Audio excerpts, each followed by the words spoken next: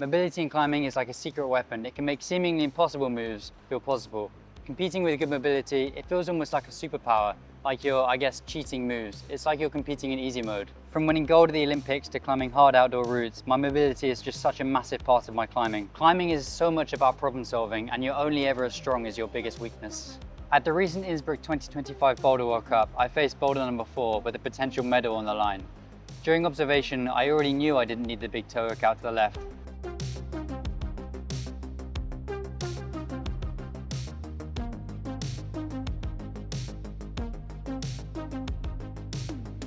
I was pretty confident I had the hip mobility to get the foot to my hand. This saved me time and a lot of energy.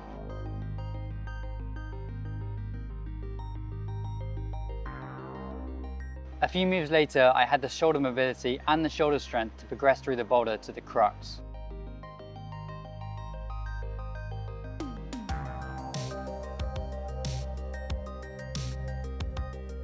There is no doubt a finger lock on the crimp to unlock the final move might have been the showy move of the boulder, but I was one of only a few people to make it that far, and I was only there because I've invested massively in my mobility. Mobility in climbing is the gift that keeps on giving. On this occasion, flashing this boulder helped me to win my second Boulder World Cup gold medal. In this video, I'm going to show you how I dramatically improve my mobility and how I start every single World Cup warm-up pretty much without fail. Thanks to GOWOD Mobility Fitness, one of my partners who I'm so psyched to be working with, I'm going to show you how you can greatly improve your mobility. If you want to improve your climbing, then you really do have to focus on improving your weaknesses. And if mobility is one of your weaknesses, then you can and definitely should be doing that. I'm going to be doing GOWOD's mobility test, which you can also do free by downloading the GOWOD app. Links are in the description. Just a little disclaimer, I'm just showing some of my opinions on mobility and how it helps my climbing. I'm by no means a trained coach, I'm just giving a little bit of advice on what's helped me. So don't injure yourself and always get professional advice. I'm just gonna do a quick warm up, get my body ready. Many people confuse mobility and flexibility. I've got 3 exercises to show you that explain that difference. So I'm going to drop into splits now.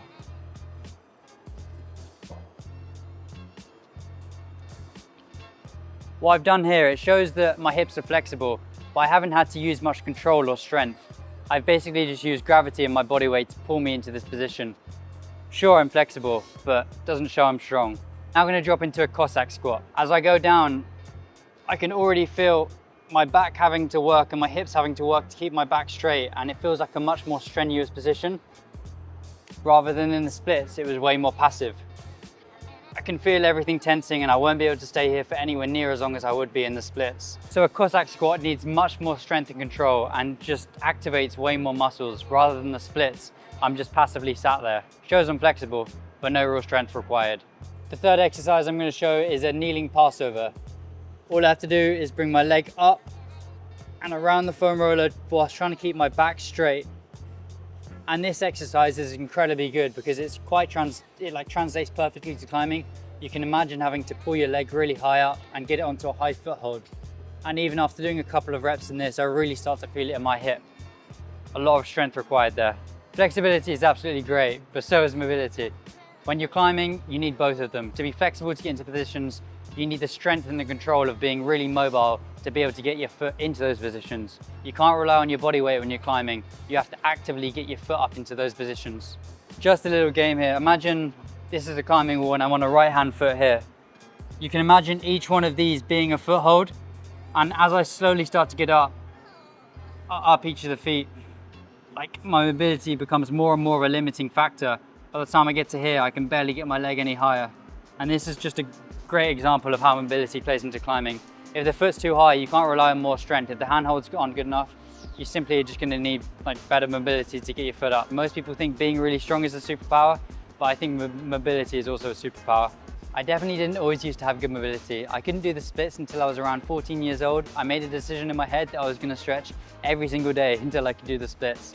One thing I can't emphasize enough is that consistency is key. I think I'm probably around 2,500 days on in the stretching game.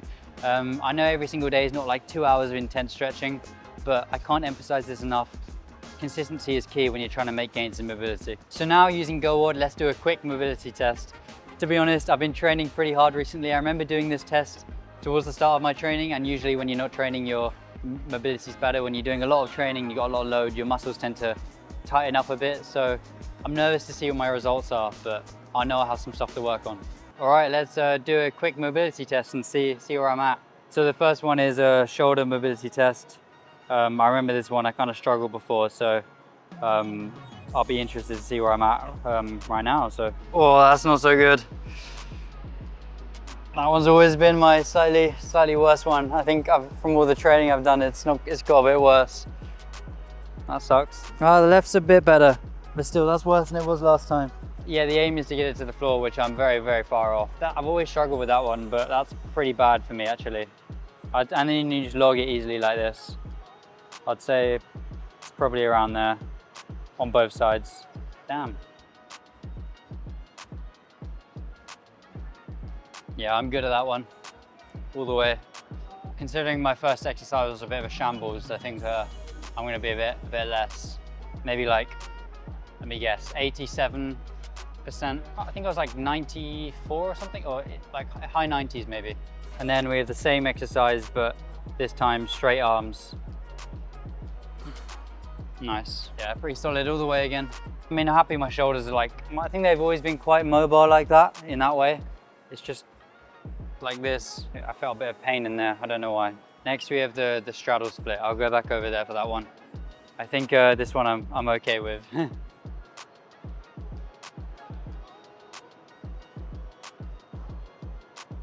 I got the full range of motion on that one. Super easy to measure, so you just take the phone and then you move it across, and then when it hits the other leg, it will measure what your range was. Like mine was the full 190, so but if I stopped a bit before that, then it might be like 180, 170. Oh, I remember this one. This is the hip external rotation one. I might not be that great this time. I think I might be a bit tight in my hips at the minute. Oh, I don't think that's as good as last time. Feels quite tight. This one's a little bit better, but still not as good as last time, I don't think. I'm the least mobile in that first exercise around my shoulders. I'm quite mobile and like my hands are going behind my back like that. But this way, it felt quite bad. I mean, I know why, but like it's just hard to correct it because of like the heavy training that I'm doing at the minute. Even just having this, it's like it's quite motivating when you see you're not good at something like that to then really work it. So then the next one is hip flexion. Yeah, nice. It's quite weird, this one actually. So you go on your knees like this, sit back, and it's about how far you can twist. Oh, that's not good. That was so tight. All right, let's go left side. That one was significantly worse than last time, I think. I felt really tight in my chest. It's really useful with the videos. You can see exactly what you're meant to do in the correct form. 100% on the hamstring stretch. Hamstrings feel pretty good at the minute. Next one is the wall squat. I really feel this one in my upper back, I remember last time.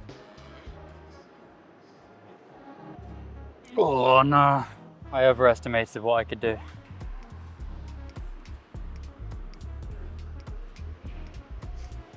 That's hard, that. Quite far away as well. Let's see where I'm at. Yeah, I'd say around there, halfway.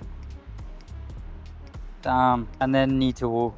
You need to be good at this. So if you want to be like good at slabs, you need to be able to drop your ankle and being able to get your knee like all the way over your foot. It's pretty useful. Yeah, I think I'm quite good at this one. I've trained this one quite a lot actually. And I am finished. Let's see what my movie. I'm actually excited to see. 88%, minus 5%. That sucks. Kind of in all of it, I'm a bit lower, but it's super interesting. Like I kind of expect to see it with all the, but like when I increase the training load, I get more tired, I get stiffer. It's harder to like keep up with the stretching as much. So it makes sense, but it's also so good to see where I'm tightening up because it's so good for your health to be mobile. So I'll be able to go away, work at this and stay healthy. But yeah, it's really interesting. The single most important thing about mobility for me is consistency. And GOWOD has just massively simplified that for me.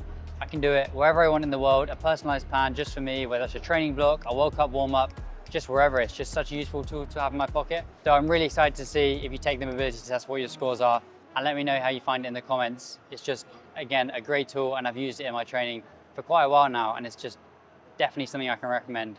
A huge thanks for watching this video.